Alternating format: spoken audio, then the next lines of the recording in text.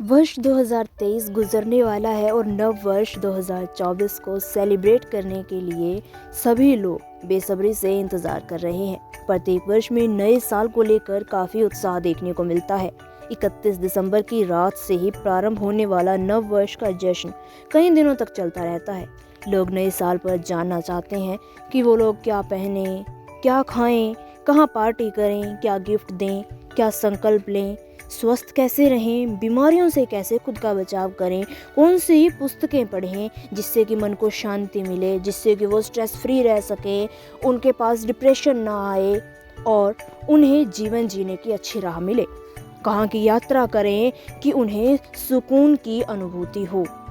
लोग इस प्रकार के विचार अवश्य करते हैं, परंतु व्यक्ति नए साल की खुशी में अपने मनुष्य जीवन के मुख्य उद्देश्य को वास्तव में भूल जाता है।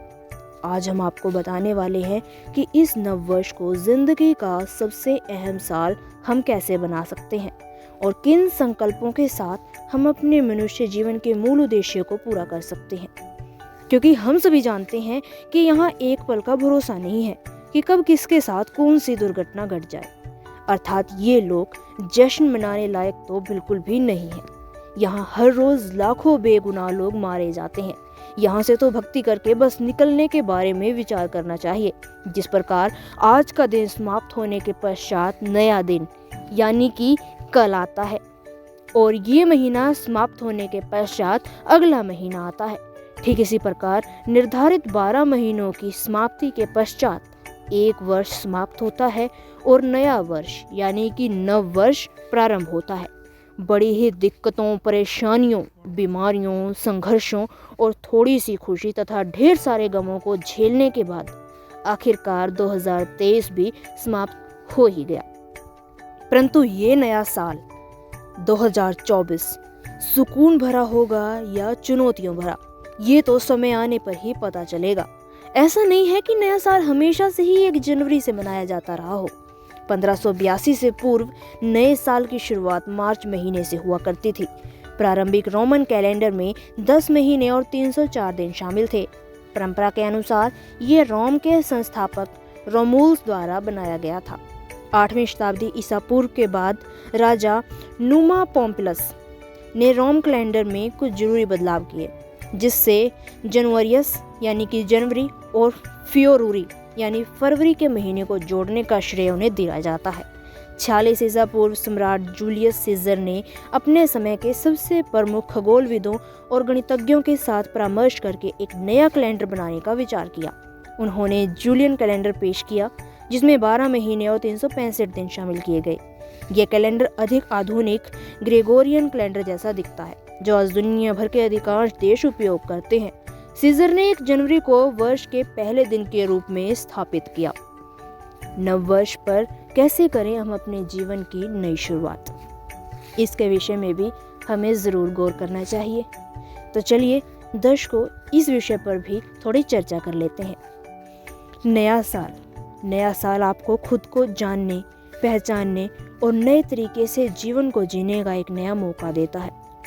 इस नए साल में ऐसा संकल्प लेना चाहिए कि जीवन जन्म सफल हो और हमें ये साल हमेशा के लिए यादगार के रूप में याद रहे। ये संसार अंगारों का घर है, जहाँ विकार, काम वासना, लोभ, आलस, बीमारी, आकांक्षाएं और धन की कमी व अधिकता लोगों को सदा विचलित करे रखती है। ऐसे में केवल एक ही शक्ति है जो आपको, हमको हर विकार, दुख, तकलीफ, आपदा से बचा सकती है। वो शक्ति है पूर्ण परमात्मा।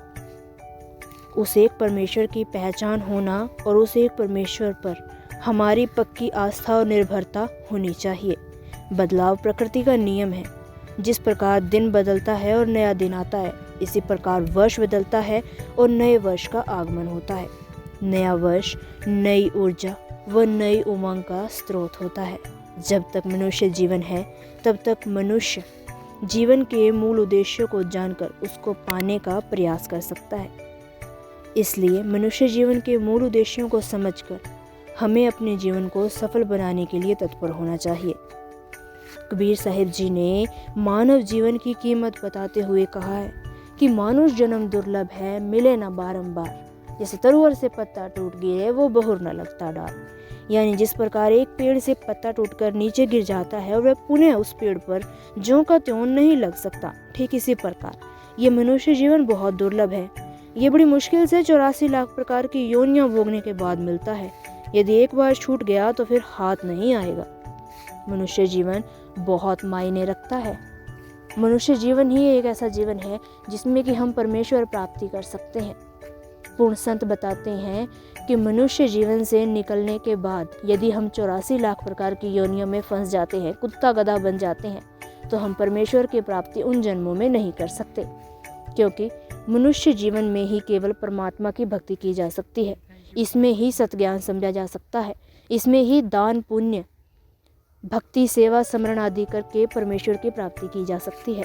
यदि हमें मनुष्य जीवन प्राप्त है तो इसका मतलब हमें अभी भी मौका मिल रहा है परमेश्वर को जानने का, मोक्ष प्राप्त करने का, क्योंकि वर्तमान समय में पूर्ण संत जो कि तत्वदर्शी हैं, शास्त्रों के ज्ञाता हैं, इस समय धरती पर मौजूद हैं और हमें सुलभ में ही उनका ज्ञान सुनने को, पढ़ने को, जानने को मिल रहा है, जिसको ग्रहण करके हम वास्तव में अपने मूल जीवन के उद्देश्यों को पूरा कर सकते हैं, सद्भक्ति कर सकते हैं और परमेश्वर की प्राप्ति कर सकते हैं।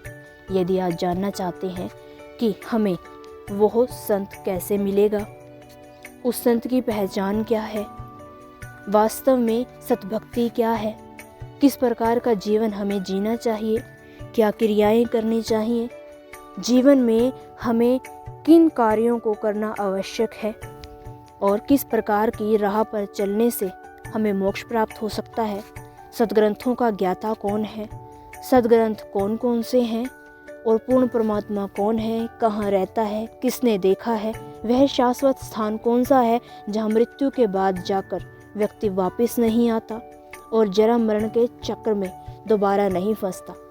इन तमाम सवालों के उत्तर जानने के लिए सर्वप्रथम आप पुस्तक पढ़ें जीने की राह, जो कि सभी के लिए एक बेहद अच्छी पुस्तक है और इस पुस्तक में जीवन के नैतिक मूल्यों के विषय में संपूर्ण जानकारी दी गई है। जीने की राह अनमोल पुस्तक पढ़कर बहुत से लोग अपना नशा त्याग चुके हैं। इस पुस्तक में सामाजिक जितनी भी कुरीतियां हैं उनके विषय में बताया गया है, उनसे कैसे हम बच सकते हैं उसके बारे में भी बहुत ही डीपली चर्चा की गई है। यदि आप जीने की राह पुस्तक फ्री ऑफ कॉस्ट प्राप्त करना चाहते हैं तो अपना नाम, पूरा पता, मोबाइल नंबर, पिन कोड आदि लिखकर कमेंट करें या फिर स्क्रीन पर दिखाए जाए नंबर पर व्हाट्सएप भी आप कर सकते हैं। यदि आप ऐसा करते हैं तो यह पुस्तक आपको निःशुल्क घर बैठे फ्री ऑफ कॉस्ट पहुंचा दी जाएगी। यह पुस्तक लाखों लोगों का जीवन बदल चुकी है। बहुत से लोग इसे ऑनलाइन मंगवाकर पढ़ भी रहे हैं, जैसा कि आपको अभी स्क्रीन पर दिखाया जा रहा है। यह पुस्तक घर घर जा रही है और जिस भी घर में यह पुस्तक चली जाती है, यदि व्यक्ति इसे ध्यान से पढ़ लेता है, समझ लेता है और इसके अनुसार क्रियाएं करता है, तो उस व्यक्ति का घर नरक से स्वर्ग बनने लगता है। अगर यकीन नहीं आता तो विजिट करें ऐसे ट्रू स्टोरी यूट्यूब चैनल पर, जिसका लिंक हम डिस्क्रिप्शन बॉक्स में भी दे दिया है और आपको अभी स्क्रीन पर भी दिखाया जा रहा है। तो आप भी देर ना करें, अभी मंगवा कर पढ़ें पुस्तक जीने की राह।